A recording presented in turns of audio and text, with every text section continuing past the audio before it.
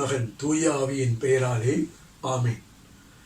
இயேசுவுக்குள் அன்பான சகோதர சகோதரிகளே, ஆண்டவராகிய இயேசு கிறிஸ்துவினுடைய திருப்பெயரால் இன்றைய தினத்திலே நாம் தியானிக்கக்கூடிய ஒரு மைய பொருளாக தூய ஆவியானவரை குறித்து, தூய ஆவியானவருக்கு துயரம் வருவிக்கக்கூடிய செயல்களை நாம் செய்யக்கூடாது என்கிற தலைப்பிலேதான், தலையங்கத்திலேதான் இன்றைய தினம் நான் உங்களோடு கூட ஆண்டவருடைய வார்த்தையை உரையாட நான் விரும்புகிறேன். என் அன்புக்குரிய சகோதர சகோதரிகளே, நீங்கள் கேட்கலாம், தூய ஆவியானவருக்கு துயரம் வருவிக்க முடியுமா என்று நீங்கள் கேட்கலாம். தமத்திருத்துவத்தின் இறைவனாய் இருக்கக்கூடிய மூன்றாம் ஆளாக இருக்கக்கூடிய தூய ஆவியானவர் ஆழ்த்தத்துவம் உள்ளவர், நம்மளுடைய உள்ளத்திலே குடிகொண்டிருக்கிறவர். நாம் செய்கிற தவறுகளினால், அவருடைய மனதை வேதனைப்படுத்துகிறதினால் அவர் துயருறுகிற இறைவனாய், தூய ஆவியானவராய் இருக்கிறதை நாம் விவிலியத்திலே பார்க்க போகிறோம். பழைய ஏற்பாடு காலத்திலே நாம் பார்க்கின்ற பொழுது, பிரியமானவர்களே, சிம்சனுடைய வாழ்விலை பார்க்கலாம். இஸ்ராயேலர் மக்களை பெலிஸ்தீனருடைய கையிலே இருந்து மீட்க ஆண்டவர் சிம்சோனை அவர் தேர்ந்தெடுக்கிறார். சிம்சோனை தேர்ந்தெடுக்கின்ற பொழுது ஆண்டவருடைய ஆவியானவர் அவர் மீது வல்லமையாய் இறங்குகின்ற பொழுது, அவர் ஒரு சிங்கக்குட்டி கர்ஜித்துக் கொண்டு வருகின்ற பொழுது, அந்த சிங்கக்குட்டியை எதிர்த்து போய் கடவுளுடைய ஆவியினுடைய ஆற்றலோடு கூட அவர் அந்த சிங்கக்குட்டியை என்ன செய்கிறார்? ஆட்டை இரண்டாய் கிழிப்பதை போல கிழிக்கிறார் என்று நீதி தலைவர்கள் புஸ்தகம் 14வது அதிகாரம் 6 உள்ள வசனத்தை பார்க்கலாம். ஆண்டவருடைய ஆவியானவர் சிம்சோனின் மீது எப்பொழுதெல்லாம் இறங்கினாரோ அப்பொழுதெல்லாம் அவருக்குள்ளே ஒரு வல்லமை இறங்கினதை நாம் விவிலியத்திலே பார்க்க முடியும். அதே போல நீதி தலைவர்கள் 15வது அதிகாரம் 14-15 உள்ள வசனத்தை பார்க்கின்ற பொழுது, கழுதையினுடைய பச்சை தாடை எலும்பை எடுத்துக்கொண்டு 1000 பேரை அவர் கொண்டு ஒழிக்கிற சம்பவத்தை நாம் பார்க்கலாம். எப்பொழுதெல்லாம் கடவுளுடைய வல்லமை அவர் மீது இறங்குகிறதோ, மிகப்பெரிய பலத்த காரியங்களை சிம்சோன் அவருடைய வாழ்விலே ஆண்டவர் செய்கிற காரியங்களை நாம் பார்க்கலாம். ஆனால் அந்த சிம்சோன் பாவம் செய்கிற பொழுது ஆண்டவருடைய ஆவியானவர் விலகி போகிற சம்பவத்தை நாம் பார்க்கலாம். ஏனென்றால் பிரியமானவர்களே, நீதி தலைவர்கள் புஸ்தகம் 16வது அதிகாரம் 1 உள்ள வசனத்தை பார்க்கின்ற பொழுது, காசாவில் விலை மாதுவிடம் அவர் செல்லுகிற பொழுது, அதை தொடர்ந்து பார்க்கின்ற பொழுது நீதி தலைவர்கள் புஸ்தகம் 16வது அதிகாரத்திலே திரிலாளை விரும்பி அவரிடத்திலே அவர் செல்லுகின்ற பொழுது, கடவுள் எந்த நோக்கத்திற்காக பெலிஸ்தியரை அழிக்க வேண்டும் என்று, இஸ்ராயலர் மக்களை காப்பாற்ற வேண்டும் என்று சிம்சோனை தேர்ந்தெடுத்தாரோ அந்த ரகசியத்தை, அந்த காரியத்தை தெலிலாளிடம் தெரியப்படுத்துகிறார். அவருடைய முடியில இருக்கக்கூடிய வல்லமைகள், சிறை சேதம் எல்லாம், முடிகள் எல்லாம் அழித்த பிறகு அந்த வல்லமை எல்லாம் அவர் இழந்து போகிறார். பரிசுத்த திருமறை நூலை நீங்கள் எடுத்து வாசித்து பார்த்தீர்கள் என்றால், நீதி தலைவர்கள் புஸ்தகம் 16வது அதிகாரம் இறை வார்த்தைகள் 20 உள்ள வசனங்கள் சொல்கிறது, ஆண்டவர் அவரிடம் இருந்து அகன்று விட்டார் என்பதை அவர் உணரவில்லை. ஆண்டவர் அவரிடம் இருந்து விலகி போனதை கூட அவரால் உணர்ந்து கொள்ள முடியவில்லை. ஏனென்றால் பழைய ஏற்பாடு காலத்திலே கடவுளுடைய ஆவியானவர் பாவம் செய்தார் என்றால் அவர்களை விட்டு விலகி போய்விடுவார். சவுல் அரசருடைய வாழ்க்கையில பார்க்கின்ற பொழுதும் கூட 1 சாமுவேல் புஸ்தகம் 15வது அதிகாரம் 20 உள்ள வசனத்திலிருந்து நீங்கள் வாசித்து பார்த்தீர்கள் என்றால், ஆண்டவராகிய கடவுள் அமலேக்கியர்களை அழிக்கும்படியாக சவுலிடத்திலே சொல்லுவார். இந்த சவுல் என்ன செய்வார் என்றால், அந்த அமலேக்கியர்களை அழிக்கப் போகின்ற பொழுது அந்த அமலேக்கியர்களுடைய தலைவனாய் இருக்கக்கூடிய மன்னன் ஆகாகையும் ஒன்று செய்யாமல், அங்க இருக்கக்கூடிய உயர்தரமாய் இருக்கக்கூடிய ஆடு மாடுகளை எல்லாம் ஒன்றும் செய்யாமல், மாறாக 2ஆம் தரையாக இருக்கக்கூடிய அநேக மாடு மிருக ஜீவன்கள் இவற்றை எல்லாம் அழித்துவிட்டு முதல் தரமான 2ஆம் தரமான ஆடு மாடுகளை, இந்த அரசனை எல்லாம் அழைத்து கொண்டு அவர் வந்து விடுவார். இது ஆண்டவருடைய பார்வையிலே மிக வருத்தத்துக்குரிய காரியமாய் அது இருக்கிறது. அப்பொழுது சாமுவேல் இறைவாக்கினிடத்திலே ஆண்டவர் சொல்லுகிறார், இதோ நான் 1 சாமுவேல் 15வது அதிகாரம் 11 வசனத்திலே, நான் சவுலை அரசன் ஆக்கியதற்கு நான் மனம் வருந்துகிறேன் என்று. பிரியமானவர்களே, சவுலுக்குள் நாளுக்கு நாள் ஆண்டவருடைய மனதை வேதனைப்படுத்துகிறதுனால ஆண்டவருடைய அந்த ஆவி அவரை விட்டு விலகி போறதை கூட அவரால் கண்டு உணர முடியவில்லை. பரிசுத்த திருமறை நூலிலே 1 சாமுவேல் புஸ்தகம் 16 உள்ள வசனங்கள் சொல்கிறது, ஆண்டவருடைய ஆவி சவுலை விட்டு நீங்கினது, ஆண்டவர் அனுப்பிய தீய ஆவி அவரை கலக்கமுறச் செய்தது. ஆண்டவரின் ஆவி சவுலை விட்டு நீங்கியது. பழைய ஏற்பாடு காலத்திலே பாவம் செய்கிற பொழுது கடவுளுடைய ஆவியானவர் அந்த மனிதர்களை விட்டு விலகி போகிற சம்பவங்களை பார்க்கலாம். புதிய ஏற்பாடிலே அப்படி அல்ல பிரியமானவர்களே. புதிய ஏற்பாடிலே நமக்குள்ளே திருமுழுக்கின் வழியாய், உறுதி புஸ்தலின் வழியாய், நமக்குள்ள முத்திரையாய் வந்த அந்த பரிசுத்த ஆவியானவர் நிரந்தரமாய் நம்மளுடைய உள்ளத்திற்குள், நம்மளுடைய உள்ளம் என்கிற ஆலயத்திற்குள் அவர் குடிகொண்டு இருக்கிறார். கிறிஸ்தவர்கள் என்னக்கூடிய அந்த முத்திரையை திருமுழுக்கின் வழியாக இன்றைக்கு நாம் பெற்றிருக்கிறோம். நீங்கள் கத்தோலிக்க மறைக்கல்வி ஏடு 1272 நீங்கள் பார்க்கின்ற பொழுது அதில் மிக அழகாக சொல்லுகிறது, திருமுழுக்கின் வழியாக ஒருவித அழியாத முத்திரை, கிறிஸ்துவுக்கு சொந்தமானவர்கள் என்ற ஒரு சாயல் அவர்களுடைய ஆன்மாவிலே படுகிறது. நம்ம இந்த திருமுழுக்கின் வழியாய் பெற்றுக்கொண்ட அந்த தூய ஆவியானவர் என்ன செய்கிறார் என்றால், நீங்களும் நானும் கிறிஸ்துவுக்கு சொந்தமானவர்கள் என்னக்கூடிய ஒரு சாயலை நம்மளுடைய ஆன்மாவிலே அவர் பதிக்கிறார். பாவம் கூட அந்த அழியாத முத்திரையை அழிக்க முடியாது. ஒரு பாவம் கூட அவர் கொடுத்த முத்திரையை அழிக்க முடியாதுன்னு சொல்லுகிறது. அப்ப பழைய ஏற்பாடு காலத்திலே பாவம் செய்கிற பொழுது அவர்களை விட்டு விலகி சென்ற கடவுளுடைய ஆவியானவர் புதிய ஏற்பாடு காலத்திலே நம்மளுடைய உள்ளத்திலே இருந்து முத்திரையாய் இருக்கக்கூடியவர், உள்ளம் என்கிற ஆலயத்திலே இருந்து கொண்டிருக்கிறவர். நாம் பாவம் செய்யும் பொழுது அவர் துயருற்று கொண்டிருக்கிறார். பரிசுத்த திருமறை நூலை நீங்கள் எடுத்து வாசித்து பார்த்தீர்கள் என்றால், எபேசியருக்கு நிருபம் 4வது அதிகாரம் 30 உள்ள திருவசனத்திலே தூய பவுலடிகளார் சொல்லுவார், கடவுளுடைய தூய ஆவியானவருக்கு துயரம் விளைவிக்காதீர்கள், மீட்பு நாளை முன்னிட்டு உங்கள் மீது பொறிக்கப்பட்ட ஒரு முத்திரையாக இருக்கிறார் என்று. மீட்பு நாளை முன்னிட்டு நம் மீது கொடுக்கப்பட்டு இருக்கக்கூடிய பொறிக்கப்பட்டு இருக்கக்கூடிய ஒரு முத்திரையாய் இருக்கிறார். ஒரு பொருளை வாங்குகின்ற பொழுதும் கூட அதனுடைய தர சான்றிதழை பார்க்கிறோம். இது எத்தனை வருடம் வாரண்டி பீரியட் என்று பார்க்கிறோம். ஆனால் திருமுழுக்கு உறுதி புஸ்தலின் வழியாக பெற்றுக்கொண்ட அந்த தூய ஆவியானவர் நமக்குள் நிரந்தரமாய் தங்கி கொண்டிருக்கிறார்.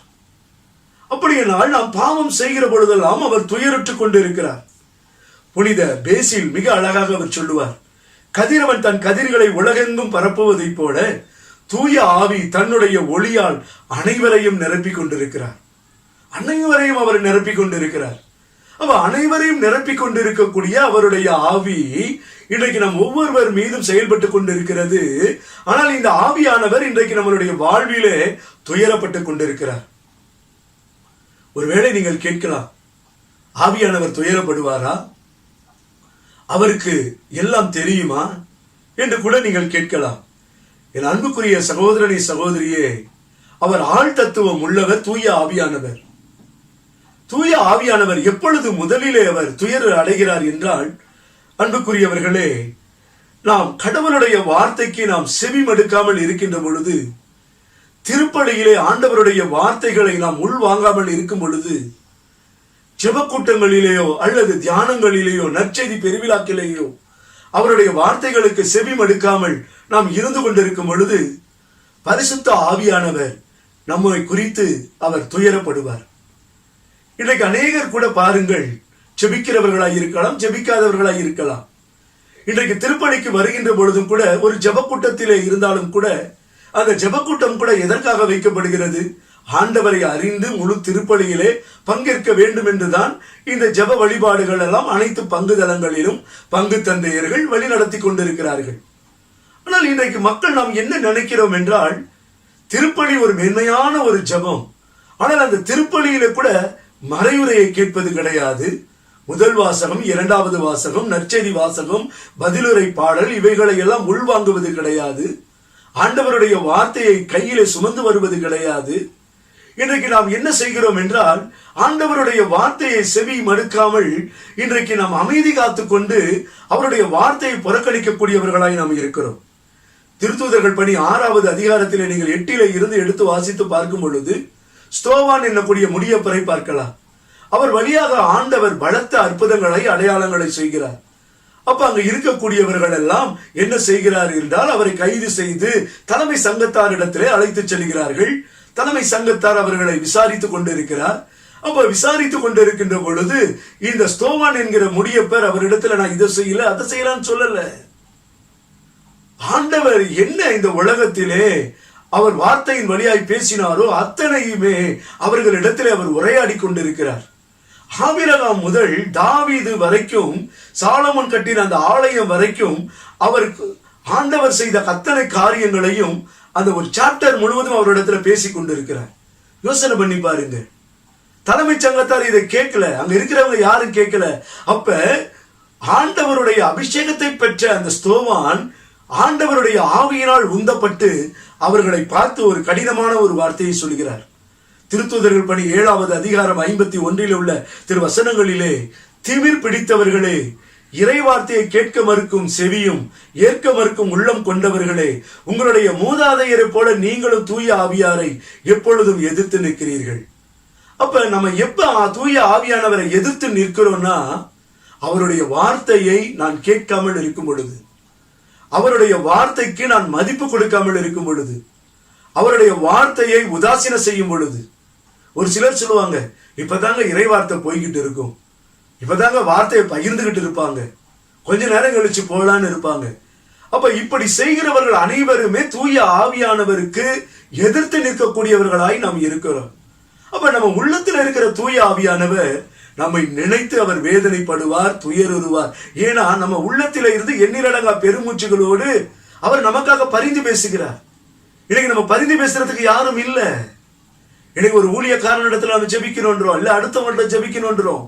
ஆனால் இன்றைக்கு ஆண்டவர் விரும்புகிறார், உங்கள் உள்ளத்தில் இருக்கிற தூய ஆவியானவரை நீங்கள் துயரப்படுத்தி கொண்டிருக்கிறீர்கள், என்னுடைய வார்த்தையை நீங்கள் புறக்கணிக்கிறீர்கள். அப்ப கடவுளுடைய வார்த்தையை ஒரு மனிதன் புறக்கணிக்கிற பொழுது தூய ஆவியானவர் துயருவார். இரண்டாவது நாம் பார்க்கின்ற பொழுது, தூய ஆவியானவர் எப்பொழுது துயருவார் என்று பார்க்கின்ற பொழுது, திருமுழுக்கு மற்றும் நாம் அருட்சாதனங்களின் வழியாக, உறுதி புஸ்தலின் வழியாக தூய ஆவியானவரை பெற்றுக்கொண்ட நம்மளுடைய வாழ்விலே நாம் இனத்தின் பெயரால், ஜாதியின் பெயரால், மொழியின் பெயரால், ஊரின் பெயரால் நாம் இன்றைக்கு வாழ்ந்து கொண்டு இருக்கின்ற பொழுது அதை நினைத்து பரிசுத்த ஆவியானவர் வேதனைப்படக்கூடியவராய் இருப்பார். ரோமருக்கு எழுதின நிருபம் 8வது அதிகாரம் வரை வார்த்தைகள் 14 இருந்து 16 உள்ள வசனங்களை வாசித்து பார்த்தீர்கள் என்றால், பவுல் அடிகளார் சொல்கிறார், கடவுளுடைய ஆவியால் யார் இயக்கப்படுகிறார்களோ அவர்கள் கடவுளுடைய மக்கள். மீண்டும் அச்சத்திற்கு உள்ளாகக்கூடிய மனப்பான்மையை நீங்கள் பெற்றுக்கொள்ளவில்லை. அப்பா தந்தாய் எனக்கூடிய அழைக்கக்கூடிய உரிமையை பெற்றிருக்கிறீர்கள்.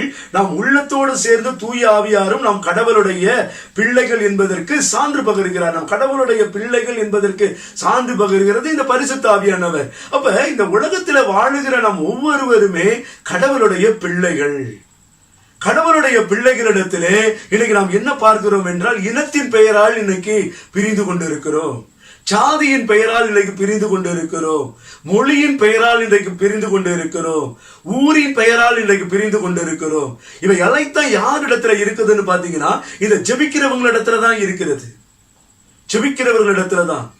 ஒரு சிலர் என்னிடத்துல தொலைபேசியில பேசுவார்கள், பிரதர் எங்களுடைய பங்கிற்கு அழைக்கிறோம் உங்களை, நீங்க எந்த ஊரு பிரதர், எங்க இருந்து நீங்க வந்திருக்கிறீங்க என்னன்னு கேட்கும் போது என் உள்ளத்துல மிகுந்த வேதனை அடைவேன். ஏனென்றால் இந்த ஊர் பற்றும், இந்த ஜாதி பற்றும், இந்த மொழி பற்றும் தூய ஆவியானவருக்கு துயரம் விளைவிக்கக்கூடிய காரியங்கள். இன்னைக்கு ஜெபிக்கிறவரிடத்திலே அநேகரிடத்துல இந்த காரியங்கள் இருக்கிறது. தூய ஆவியானவர் வேதனைப்படுவார். என் அன்புக்குரிய சகோதரனே, சகோதரியே, ஒரு சகோதரன் ஆரவர் என்னிடத்திலே அவர் பேசிக் கொண்டிருக்கின்ற பொழுது ஒரு ஊழியரை குறித்து அவர் பேசிக் கொண்டிருந்தார். பிரதர், நான் உங்களிடத்துல ஒரு காரியத்தை நான் கேட்க போகிறேன், நீங்கள் உண்மையை பேச வேண்டும் என்று சொன்னார். நான் சொன்னேன், சொல்லுங்கள் என்று சொன்னேன். அப்பொழுது அவர் சொன்னார், ஊழியர்கள் எல்லாம் இன்றைக்கு பார்க்கின்ற பொழுது கடவுள் அன்பாய் இருக்கிறார், இரக்கம் நிறைந்தவராய் இருக்கிறார், அற்புதத்தை செய்கிறார், எல்லாம் பேசுகிறீர்கள். ஆனால் எல்லாருமே ஜாதி பார்க்கிறீர்கள், எல்லாரும் மொழி பார்க்கிறீர்கள், எல்லாரும் இனம் பார்க்கிறீர்கள், எல்லாரும் ஊர் பார்க்கிறீர்கள். ஒரு ஊர்க்காரங்கன்னா ஒரே சந்தோஷம் ஆயிடுறீங்க, அந்த ஊர்க்காரை பற்றி இன்ட்ரோடியூஸ் பண்ணி விடுறீங்க, அந்த ஊர்க்காரங்களை பத்தியே பேசுறீங்க, அந்த மொழி பேசுறவங்களை பத்தியே பேசுறீங்க. ஆனா ஏன் இப்படி செய்கிறீர்களே, இது உங்களுக்கு நல்லதா என்று சொல்லி ஒரு ஊழியக்காரருடைய பெயரை சொல்லி அவர் இப்படி சொன்னார். அப்பொழுது அவர் சொன்னார், அவருடைய மகளுக்கு திருமணத்திற்காக என்னிடத்தில் சொன்னார். சொல்லும் பொழுது ஒரு 2-3 இடங்களை நான் சொன்னேன். ஆனால் அவர் சொன்னார், எங்களுடைய ஜாதியின்படி இருக்கக்கூடிய மணமகனாய் இருந்தா சொல்லுங்கள் என்று. அவ்வளவு நாள் அவர் செய்த அந்த ஆண்டவருடைய வார்த்தைகள் கொடுத்ததை நினைத்து அவர் மீது அவ்வளவு அன்பு வைத்திருந்த நான் ஒரு சில நேரத்தில் அவர் மீது இருந்த பற்றுறுதி என்னை விட்டு அவரை விட்டு விலகி போனது. ஜாதி பற்று உள்ளவராய் இருக்கிறார். நான் கேட்டுட்டேன், நான் சார் என்ன பிரதர் இப்படி பேசுறீங்க? அவர் சொன்னாராம், என்ன பண்றது, எங்க ஊர்ல எல்லாம் தள்ளி வச்சிருவாங்க, எங்க குடும்பத்தார் கல்யாணத்துக்கு வரமாட்டாங்க. ஆனால் அவருடைய மகனுக்கு பிற இனத்தினுடைய பெண்ணை தான் திருமணம் செஞ்சாங்க. அவர் விரும்பி திருமணம் பண்ணார். அந்த பையனை எடுத்து நிக்க முடியல. ஆனா அவருடைய பிள்ளைகளுடைய வாழ்க்கையில பார்க்கும் பொழுது அந்த ஜாதிகள், அந்த மொழிகள் வருகின்ற பொழுது கடவுளுடைய ஆவியானவரை துயரப்படுத்துகிற சம்பவம் ஒரு விசுவாசிகளுடைய உள்ளத்திலே போகும் பொழுது, விசுவாசிகள் அது தவறி போகும் பொழுது கடவுள் வழி நடத்துகிறவர்களை கணக்கு கேட்பார். என் அன்புக்குரிய சகோதர சகோதரிகளே, என் சகோதரனே சகோதரியே, பரிசுத்த திருமறை நூலை நீங்கள் எடுத்து வாசித்து பார்த்தீர்கள் என்றால், தொடக்க நூல் புஸ்தகம் 1வது அதிகாரம் வார்த்தைகள் 27 உள்ள திருவசனங்கள் சொல்கிறது, கடவுள் தம் உருவிலே படைத்தார், கடவுள் உருவிலே அவர்களை படைத்தார், ஆணும் பெண்ணுமாக படைத்தார் என்று.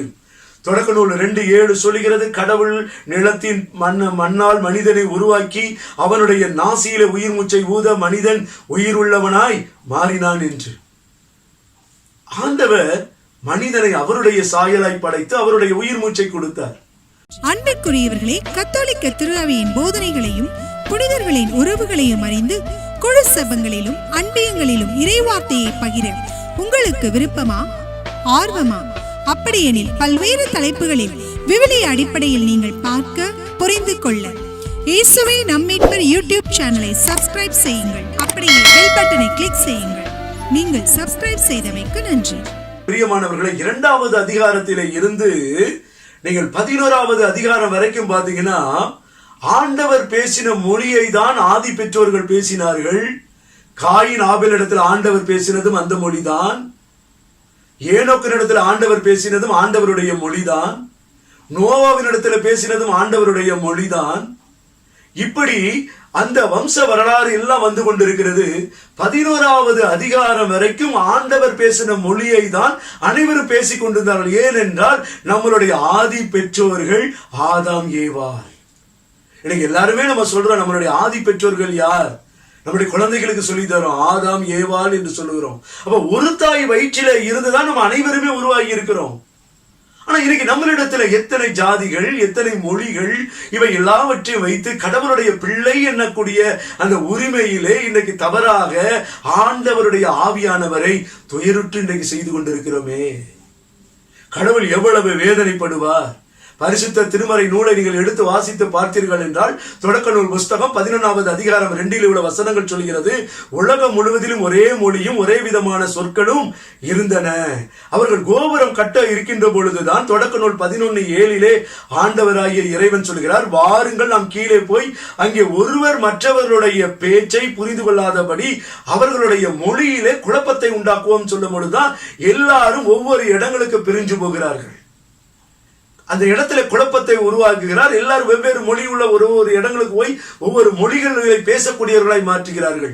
ஆனால் புதிய ஏற்பாடிலே பெந்தகோஸ்தே அந்த நாளின் பொழுது, தூய ஆவியானவருடைய வருகையின் பொழுது, அந்த மேல் வீட்டு அறையிலே எருசலேமிலே இருக்கக்கூடிய யூதர்கள் எல்லாம் ஒன்று கூடி அந்த இடத்திலே வருகின்ற பொழுது, தூய ஆவியால் அவர்கள் ஆட்கொள்ளப்படுகின்ற பொழுது வெவ்வேறு மொழிகள் பேசுகிறதை பார்க்கலாம்.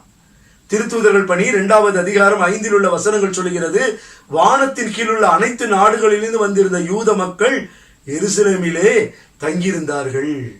தொடர்ந்து அந்த வசனங்களை பார்க்கின்ற பொழுது 7வது வசனம் சொல்லுகிறது, எல்லாரும் மலைத்து போய் இவர்கள் பேசுவது தங்களுடைய சொந்த மொழிகளிலே கேட்கக்கூடிய காரியங்களை பார்க்கலாம்.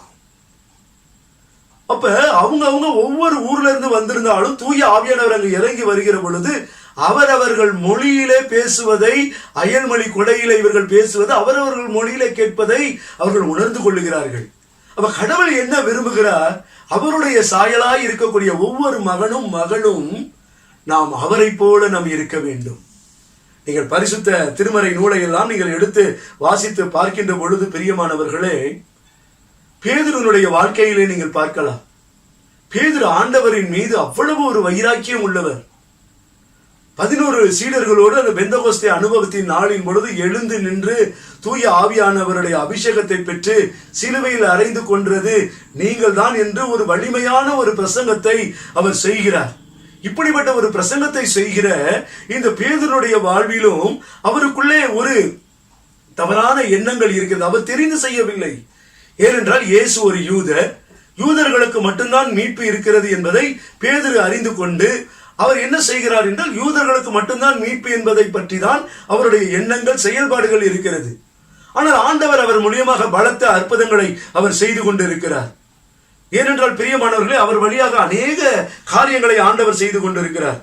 பாருங்க, அவருடைய மறையுடைய முதல் பிரசங்கத்திலேயே 3000 பேர் மனமாற்றம் அடைகிறார்கள். 2வது பார்க்கின்ற பொழுது திருத்தூதர்கள் பணி 3வது அதிகாரத்தில் பேதுரு யோவான ஆலயத்தில் ஜெபிக்க போகின்ற பொழுது கால் ஊனமுற்றிருந்தவரை இயேசுவின் பெயரால் எழுந்து நடக்க செய்கிறார்கள். 4வது நாம் பார்க்கின்ற பொழுது பிரியமானவர்களே, அனினியா சப்பிராவிலுடைய வாழ்க்கையிலே ஆண்டவருடைய அந்த கடுமையான அந்த தீர்ப்பு, பொய் சொல்லுகிற பொழுது வருகிற தீர்ப்பிலே அவர்கள் அந்த கடுமையான காரியங்களை அந்த இடத்துல எடுத்து விரும்புகிறார்கள். ஆனால் தொடர்ந்து நாம் பார்க்கின்ற பொழுது திருத்தூதர்கள் பணி 9வது அதிகாரத்தை பார்க்கும் பொழுது ஐனேயா என்னக்கூடிய முடக்குவாதமுற்றவரை பேதுரு குணமாக்குகிறார். அதை தொடர்ந்து பார்க்கின்ற பொழுது தபிதா என்னக்கூடிய, துர்கா என்னக்கூடிய அந்த பெண்ணுடைய மரணத்தின் பொழுது அவருக்கு உயிர் கொடுக்கிறார். இப்படிப்பட்ட அந்த பேதுரு பரிசுத்த ஆவியால் நிறைந்து ஆண்டவருடைய வல்லமையை அவர் செயல்படுத்தி கொண்டேதான் இருக்கிறார். ஆனால் அவருடைய உள்ளத்திலே ஒரு எண்ணம் இருந்தது, யூதர்களுக்கு மட்டும்தான் மீட்பு இருக்கிறது என்று. இந்த எண்ணத்தை ஆண்டவர் மாற்ற விரும்புகிறார். ஏனென்றால் கடவுள் ஒவ்வொரு மனிதனுடைய வாழ்விலும் அவருடைய சாயலை தான் நம் ஒவ்வொருவருக்குமே கொடுத்திருக்கிறார். அப்ப அனைவரும் மீட்படைய வேண்டும். அனைவரும் ஆண்டவருடைய அன்பை சுவைக்க வேண்டும் என்பதுதான் ஆண்டவருடைய திருவுளம். ஆனால் நம்மளிடத்திலே இனம், ஜாதி, மொழி, ஊர் பற்று இவைகளெல்லாம் இருக்கிறதுனால இன்னைக்கு ஜெபிக்கிறவர்கள் என்னதான் செய்தாலும், என்னதான் அற்புதங்களும் செய்தாலும், ஆண்டவருடைய மனதை நாம் வேதனைப்படுத்தினோம் என்றால் நாம் செய்கிற பணிகள், நாம் ஜெபிக்கிற ஜெபங்கள் அனைத்தும் வேதனையாய் முடிந்துவிடும். அனைத்து வேதனையாய் முடிந்துவிடும். திருத்தூதர்கள் பணியிலே நாம் எடுத்து வாசித்து பார்க்கின்ற பொழுது 9வது அதிகாரத்திலே அந்த மேல் வீட்டு அறையிலே அவர் ஜெபித்துக் கொண்டிருப்பார். 10வது அதிகாரம் திருத்தூதர்கள் பணி 10வது அதிகாரத்திலே நாம் பார்க்கின்ற பொழுது தோள் பதனிடக்கூடிய அந்த சீமோனுடைய வீட்டிலே அவர் இருக்கின்ற பொழுது அந்த ஜெபிக்கும் நேரத்திலே அந்த மேல் வீட்டு அறைக்கு போவார். அங்க பரவசமான ஒரு நிலையை அவர் அடைவார். அந்த பரவசமான நிலையை அடைகின்ற பொழுது பசி எடுக்க ஆரம்பிக்கிறது.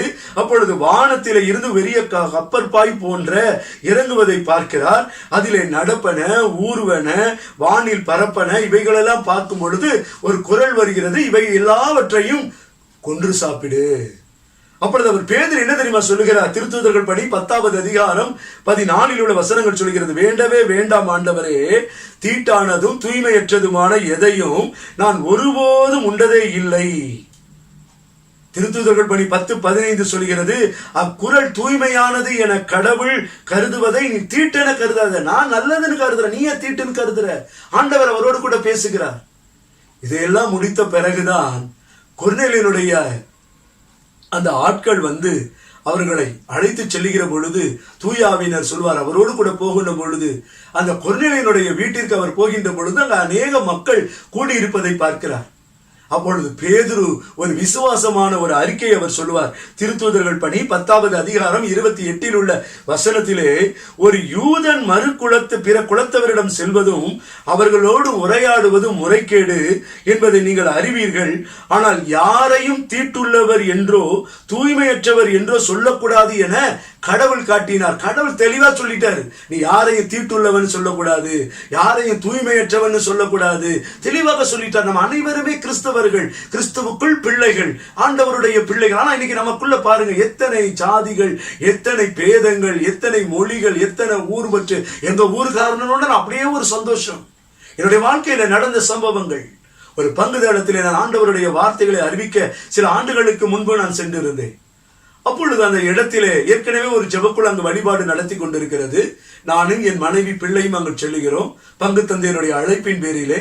ஆனால் அங்கு செல்லுகின்ற பொழுது அந்த இடத்திலே இருக்க ஜெபக்குழுவினர் என்னை தனியாய் அழைத்து மிக கோபமாய் பேசினார்கள். உங்களை யார் இந்த பங்குக்கு வர சொன்னது?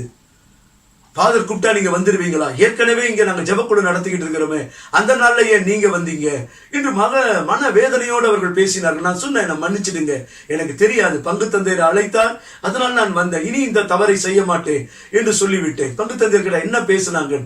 இல்ல ஃபாதர் எப்படி இருக்கிறீங்க என்னன்னு கேட்டாங்கன்னு சொல்லி நான் அதோடு விட்டு நற்செய்தி அறிவித்து விட்டு அவர் திருப்பலி நிறைவேற்றி விட்டார். முடிந்த பிறகு எனக்கு நன்றி சொல்லுகின்ற பொழுது என்னுடைய பெயரை சொல்லி, நான் வேலை செய்கிற வேலைகளை சொல்லி, என்னுடைய மனைவி பிள்ளைகளை எல்லாம் சொல்லி, என்னுடைய பிறந்த ஊர், நான் வாழ்ந்த இடத்தை குறித்து சொன்ன உடனே எல்லாம் முடிந்து விட்டு வந்த உடனே எல்லாரும் இந்த பிளஸிங் வாங்குறதுக்கு பேசுறதுக்கு வந்தாங்க. இந்த செய்தி எங்களுக்காக சொல்லப்பட்டது என்று. அப்பொழுது எங்களை அழைத்தவர்கள் என்னை பற்றி பேசின அந்த கோபமாய் பேசின அந்த ஜெபக்குழுவினர் ஓடி வந்தாங்க. வந்துட்டு, பிரதர் எங்களை மன்னிச்சிடுங்க, நீங்க நம்ம ஊருக்காருன்னு தெரியாது, நம்ம ஊர்ல நம்ம மண்ணின் மைந்தன்னு நமக்கு தெரியாது, தெரிஞ்சிருந்தா நாங்க உங்கள்ட்ட அப்படி பேசியிருக்க மாட்டோம், எங்களை மன்னிங்க. அப்ப நான் ஒரு இடத்துல சொன்னேன், நான் உங்களை மன்னிக்கிறதுல பெருசு கிடையாது பிரதர், நீங்க செய்கிற மிகப்பெரிய தவறு பாவம் என்னவென்றால் நம்ம ஊருக்காரு என்று சொல்லி நீங்க பிரிச்சுட்டீங்க தெரியுங்களா? கடவுளுடைய ஆவியானவரை நீங்க துயரப்படுத்திட்டீங்க. ஒரு ஜபிக்கிறவன், ஒரு ஊழியக்காரவன் ஜாதி பார்த்து, இன்றைக்கு ஒருவேளை மொழி பார்த்து இன்னைக்கு நம்ம இருந்து கொண்டு இருந்தோம் என்றால் கடவுளுடைய ஆவியானவர் துயருவா. அனைவரும் ஒன்றாய் இருப்பார்களாக என்று ஆண்டவர் சொல்லுகிறார். இன்னைக்கு ஏன் பிளவுபட்டு கொண்டு இருக்கிறோம்? ஏனென்றால் இன்னைக்கு நம்மளிடத்திலே ஆண்டவருடைய அந்த அருள் அளவு கடந்து வந்தாலும் இன்றைக்கு அந்த தூய ஆவியானவரை துயரப்படுத்தி ஜாதிகளின் பெயரால் அல்லது மாநிலங்களின் பெயரால், மொழிகளின் பெயரால், ஊர்களின் பெயரால் இன்றைக்கு தூய ஆவியானவரை துயரப்பட்டு கொண்டு இருக்கிறோம். இன்றைக்கு இந்த தூய ஆவியானவரிடத்துல நாம் ஒருமனப்பட வேண்டும். தூய ஆவியானவரிடத்துல நாம் மன்னிப்பு கேட்க வேண்டும். நாம் தெரிந்தும் தெரியாமலும் இந்த தவறுகளை செய்து கொண்டிருக்கலாம். தெரிந்தும் தெரியாமலும் இந்த தவறுகளில் நாம் விழுந்து கொண்டிருக்கலாம். எனக்கு ஜெபித்துக் கொண்டிருக்கிற நம்ம இந்த சிறு தவறுகளினாலே ஆண்டவருடைய அன்பை விட்டு விலகி போய்விடுவோம். ஒரு கால் நாம் மரித்தோம் என்றால் ஆண்டவர் கேட்பார், உங்களை யார் என்று எனக்கு தெரியாது என்று சொல்லிவிடுவார். ஏனென்றால் தூய ஆவியானவர் தான் நம் உள்ளங்களிலே இருந்து கடவுளுடைய பிள்ளை எண்ணக்கூடிய உரிமையை கொடுத்து கொண்டிருக்கிறார். அப்ப அந்த தூய ஆவியானவருக்கு நாம் துயரம் விளைவிக்க கூடாது. எத்தனை குடும்பத்திலே எத்தனை பிள்ளைகள், பையங்க, பொண்ணுங்க திருமணம் ஆகாமல் இருக்கிறாங்க. ஏன்? என்னுடைய குடும்பத்துல, என்னுடைய குழுவுல, என்னுடைய ஜெபத்துல, எங்களுடைய இஸ்ரவேல் அமைப்பர் தியான குழுல பார்க்கின்ற பொழுது எங்க குழுவில் இருக்கிற அத்தனை பேரும் யார் என்ன இடம் எது என்று தெரியாது. ஆனால் நாங்கள் அனைவரும் ஆண்டவருடைய பிள்ளைகள் என்னக்கூடிய உரிமையோடு ஒன்றிணைந்து அவருடைய இறையாட்சி பணியை இன்றைக்கு நாங்கள் செய்து கொண்டிருக்கிறோம். ஆனா எத்தனை குடும்பத்தில் இன்னைக்கு பெண் பிள்ளைகள் திருமணம் ஆகாமல், ஆண் பிள்ளைகள் திருமணம் ஆகாமல் இருக்கிறார்கள் தெரியுமா? ஏன் தெரியுமா? தன்னுடைய குலத்திலே தான் பெண் எடுக்க வேண்டும், தன்னுடைய குலத்திலே தான் பையனுக்கு பெண் எடுக்க வேண்டும், மகன் எடுக்க வேண்டும் என்று நினைக்கிறதுனால பிள்ளைகளுடைய வயது ஆகிறது மட்டுமல்ல, எத்தனை பிள்ளைகள் கண்ணீரோடு கூட தொலைபேசியில என்னோடு கூட பேசுகிறார்கள் தெரியுமா? பிரதர் எனக்காக ஜெபிங்க, 30 வயது ஆகிவிட்டது, 35 ஆகிவிட்டது, திருமணம் ஆகாமல் இருக்கிறது என்று. தாய் தந்தையர்கள் வருவாங்க, என் பொண்ணுக்கு கல்யாணம் ஆகணும்னு, ஏதாவது ஒரு நல்ல அலைன்ஸ் இருந்தா சொல்லுங்கன்னு சொன்னோம். அவங்க எங்க ஆளுங்க இல்ல பிரதர்னுவாங்க. பிள்ளைக்கு வயது எவ்வளவுன்னு கேட்டா 32. இன்னைக்கு எத்தனை பிள்ளைகளுடைய வாழ்க்கைகளை இன்றைக்கு நாம் சீரழிந்து கொண்டிருக்கிறோம்.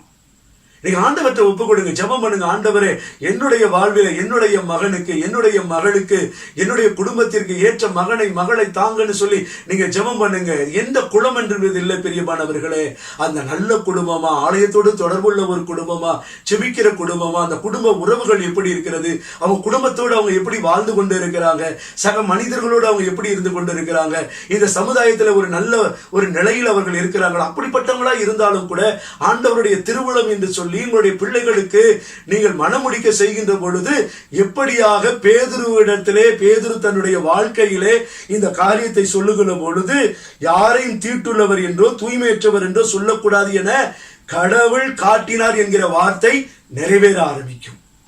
அப்பொழுதுதான் தூய ஆவியானவர் நம்மை குறித்து மகிழ்ச்சி அடைவார். ஏனென்றா இன்னைக்கு யூதர்களுக்கு மட்டும்தான் மீட்பு.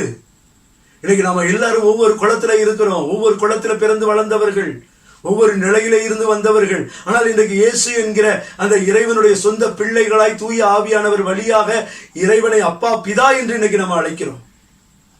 அந்த அப்பா பிதாவை என்று அழைக்கக்கூடிய அந்த இறைவனுடைய பிள்ளைகள் இன்றைக்கு நாம் ஒரு முடிவு எடுக்கணும். ஆண்டவரிடத்துல நீங்க ஜெபிங்க, ஆண்டவரிடத்துல நம்ம ஒப்பு கொடுக்கணும். இன்னைக்கு நம்ம இடத்துல இந்த மாதிரி எண்ணங்கள், உள்ளங்கள், சிந்தனைகள் இருந்தது என்று நான் இருந்தேன் என்றால் கண்டிப்பாக தூய ஆவியானவர் துயருவார். இன்னைக்கு இறையாட்சி பணியிலே நாம் அனைவருமே இணைந்து கடவுளுடைய இறையாட்சி பணியை நாம் செய்ய வேண்டும் என்றுதான் ஆண்டவர் விரும்புகிறார். இன்னைக்கு ஆண்டவரிடத்திலே ஒப்புரவாகுவோமா? ஆண்டவரிடத்திலே ஜெபிப்போம், தூய ஆவியானவரிடத்திலே மன்னிப்பு கேட்போம், அவரிடத்திலே ஒன்றிணைந்து அவர் காட்டுகிற வழியிலே நாம் ஏற்றுக்கொண்டு செல்வோம். எங்களை நேசிக்கிற அன்பின் பரலோக பிதாவாகிய தெய்வமே, இந்த அருமையான இந்த நாளிற்காய் உமக்கு நாங்கள் நன்றி செலுத்துகிறோம். ஆண்டவரே, உம்முடைய தூய ஆவியானவருடைய பிரசன்னம் எங்கள் ஒவ்வொருவர் மேலும் ஆண்டவரே நீர் பொழிந்து கொண்டிருப்பதற்காக நன்றி செலுத்துகிறோம். உம்முடைய பிள்ளைகளாய் இருக்கிற நாங்கள் ஆண்டவரே, இதோ எத்தனையோ தவறுகளை நாங்கள் செய்திருக்கிறோம், உம்முடைய வார்த்தைகளை புறக்கணித்திருக்கிறோம், உம்முடைய வசனத்தை கேட்காமல் இருந்திருக்கிறோம்.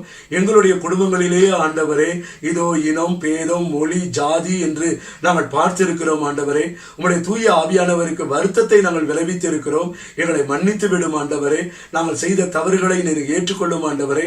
இனி ஆண்டவரே எங்களுடைய குடும்பங்களிலே இப்பேற்பட்ட சம்பவங்கள் எதுவும் நடைபெறாதவாறு ஆண்டவரே நாங்கள் எல்லாரும் ஒன்றாய் இருக்க உம்முடைய தூய ஆவியானவருடைய அந்த வல்லமையை எங்களுக்கு பொழிந்து எங்களுடைய குடும்பங்களை ஆண்டவரே, இந்த சமூகத்தை கட்டி எழுப்பும்படியாய் இந்த வேளையில ஜெபிக்கிறோம். திருச்சபையில நாங்கள் அனைவரும் இணைந்து ஆண்டவரே பாப்பரசருக்கு கீழாக, கருதினால் ஆயர்கள், குருக்களுக்கு கீழாக பணிந்து உடைய இறையாட்சி பணியை செய்ய எங்களுக்கு உதவி செய்வீராக. இவளாவற்றுங்கள் ஆண்டவர் மீட்பெறும் இயேசு கிறிஸ்துவினுடைய ஒப்பற்ற திருப்பெயரால் ஏறெடுக்கிறோம் எங்கள் நல்ல தந்தையே, ஆமென். அன்பிற்குரியவர்களே, கத்தோலிக்க திருஅவையின் போதனைகளையும் புனிதர்களின் உறவுகளையும் அறிந்து குழு சபங்களிலும் அன்பியங்களிலும் இறைவார்த்தையை பகிர உங்களுக்கு விருப்பமா, ஆர்வமா? அப்படியெனில் பல்வேறு தலைப்புகளில் விவிலிய அடிப்படையில் நீங்கள் பார்க்க, புரிந்து கொள்ள இயேசுவே நம் மீட்பர் யூடியூப் சேனலை சப்ஸ்கிரைப் செய்யுங்கள். அப்படியே பெல் பட்டனை கிளிக் செய்யுங்கள். நீங்கள் சப்ஸ்கிரைப் செய்தமைக்கு நன்றி.